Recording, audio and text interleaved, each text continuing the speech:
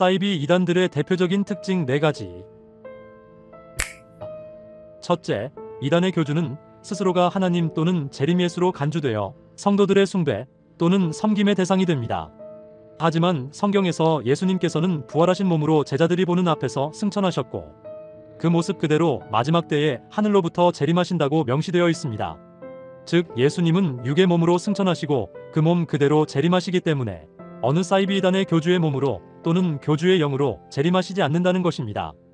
따라서 스스로 보혜사 또는 이긴 자라고 했던 신천지의 이만희 자신이 재림 예수이고 그의 아내는 어머니 하나님이라고 칭하는 하나님의 교회 안상홍과 그의 아내 장길자 그리고 스스로 자신에게 예수의 영이 재림했다고 주장하는 JMS의 정명석 등은 성경 말씀을 정면으로 위배하고 있는 것입니다.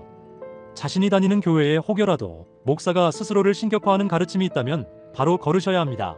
우리가 섬겨야 할 분은 영존하시는 아버지 하나님과 인간의 몸으로 오셔서 우리를 위해 죽으시고 부활 승천하시며 다시 그 몸 그대로 오실 예수님과 믿는 자에게 임하시는 보혜사 성령 하나님뿐입니다.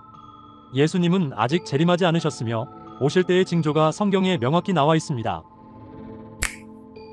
둘째, 이단들은 성경을 자의적으로 해석하여 내용을 왜곡합니다.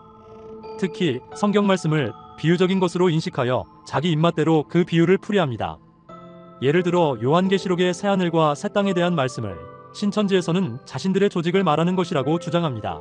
하지만 새하늘과 새 땅은 어떠한 조직이나 교회를 뜻하는 게 아니라 하나님이 심판 이후 완성하실 새 창조된 세계를 상징합니다. 또한 JMS의 경우 오병이어의 사건과 같은 비현실적인 일들은 비유적인 표현이기 때문에 문자적으로 해석하면 안 된다고 주장합니다. 하지만 예수님께서 비유로 하신 말씀과 직접 기적을 행하신 일들은 문맥만 잘 살펴보아도 구분이 가능한 것들입니다. 또한 예수님의 이적을 비현실적이라는 이유로 문자적으로 해석하면 안 된다는 발상은 하나님이신 예수님의 능력을 인간적인 상식으로 제한하는 것과 같습니다. 셋째, 일부 이단들은 최대한 외부와의 소통을 차단하고 심지어 가족이나 친구와의 관계까지 단절시키기도 합니다. 또한 그들에게 비판적인 시각을 가진 사람들을 배척하기도 합니다.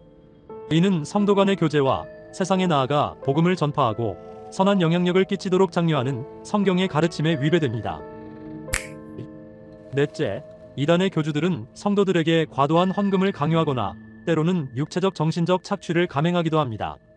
이미 교주를 신격화된 존재로 인식하고 따르는 성도들은 교주의 요구를 쉽게 거절할 수 없으며 착취의 대상으로 전락하기 십상입니다. 따라서 어느 종교 집단의 리더가 자기 사리 사욕을 채우기 위해 신도들에게 비도덕적인 요구를 하고 있다면 속히 그곳을 피해야 합니다.